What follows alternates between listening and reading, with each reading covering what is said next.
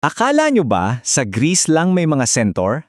Sa kaibuturan ng mga gubat sa Batangas, may isang nilalang na mas maganda ngunit mas misteryoso, ang anggitay.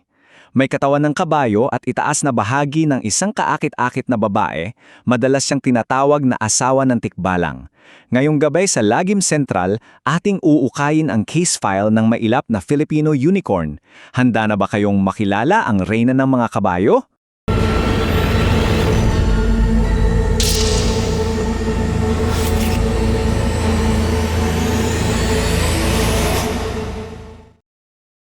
O sige, buksan na natin ang case file. Ang unang tanong, syempre, sino o mas tamang sabihin ano itong nilalang na tinatawag nating anggitay? Okay, so sa pinakasimpleng paliwanag, ang anggitay ay isang legendary creature mula sa ating sariling folklore. Picture this, yung itaas na bahagi ng katawan niya mula bewang pataas ay sa isang magandang babae. Pero yung pang-ibaba, katawan ng kabayo. Yes, tama ang narinig nyo. Kalahating tao, kalahating kabayo. Familiar, di ba? Pero teka muna. Pero hindi tayo titigil dyan. Hindi sapat na alam lang natin ang basic description niya. Para mas maintindihan natin kung sino siya, kailangan nating himayin, kailangan nating tingnan na mas malapitan ang mga detalye. Let's dissect the anatomy of this legend. So, alam ko iniisip nyo, parang centaur lang yan sa Greek mythology.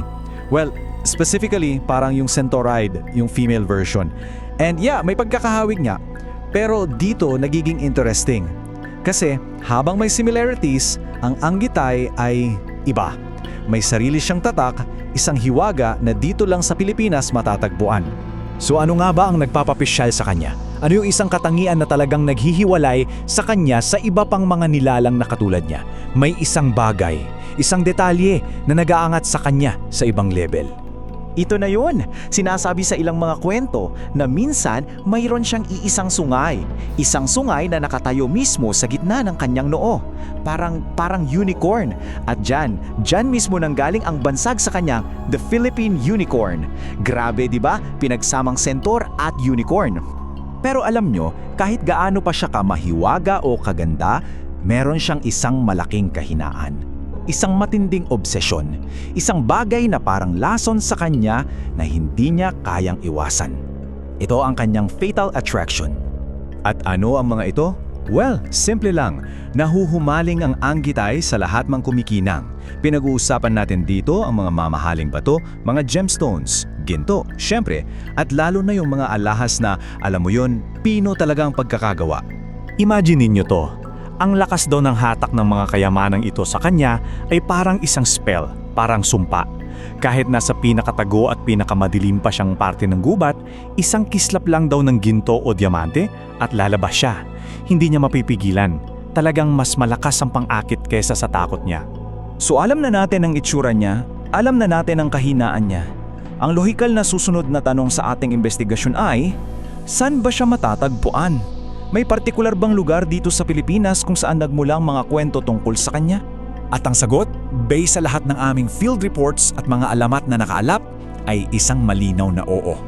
Lahat, as in lahat ng mga kwento at sinasabing sightings ay tumuturo sa iisang lugar lang, Santo Tomas, Batangas. Yan daw ang kanyang teritoryo, ang ground zero ng alamat ng anggitay. At para sa huling bahagi ng ating file, may isa pang napaka-importanting koneksyon. Isang relasyon na naglalagay sa anggitay hindi lang bilang isang mailap na nilalang, kundi bilang isang makapangyaring figura sa ating mitolohiya. Sino ang tinutukoy natin? Well, marami ang nagsasabi at naniniwala na ang anggitay ay walang iba kundi ang kapareha, ang asawa ng isa sa pinakasikat na nilalang sa ating folklore, ang tikbalang. Makes sense, di ba? Pareho silang may katawang kabayo, sila raw ang hari at reyna ng kagubatan. Kaya isipin nyo na lang, kung ang anggitay ang reyna, sino pa nga bang magiging hari niya? Malinaw, di ba? Ang kanilang pagsasama ang nagpapatibay sa kanilang estado bilang mga royal figures ng kadiliman at ng kagubatan. Ang anggitay ay patunay na ang ating mitolohiya ay puno ng ganda at hiwaga. Kayo, may narinig na ba kayong kwento tungkol sa kanila sa inyong probinsya? I-comment ang inyong kwento sa ibaba. Huwag kalimutang i-like, share at mag-subscribe dito sa Lagim Central. Hanggang sa muli nating pagkikita, ingatan ang inyong mga hiyas dahil baka may nagmamasid sa dilim. Salamat sa pakikinig!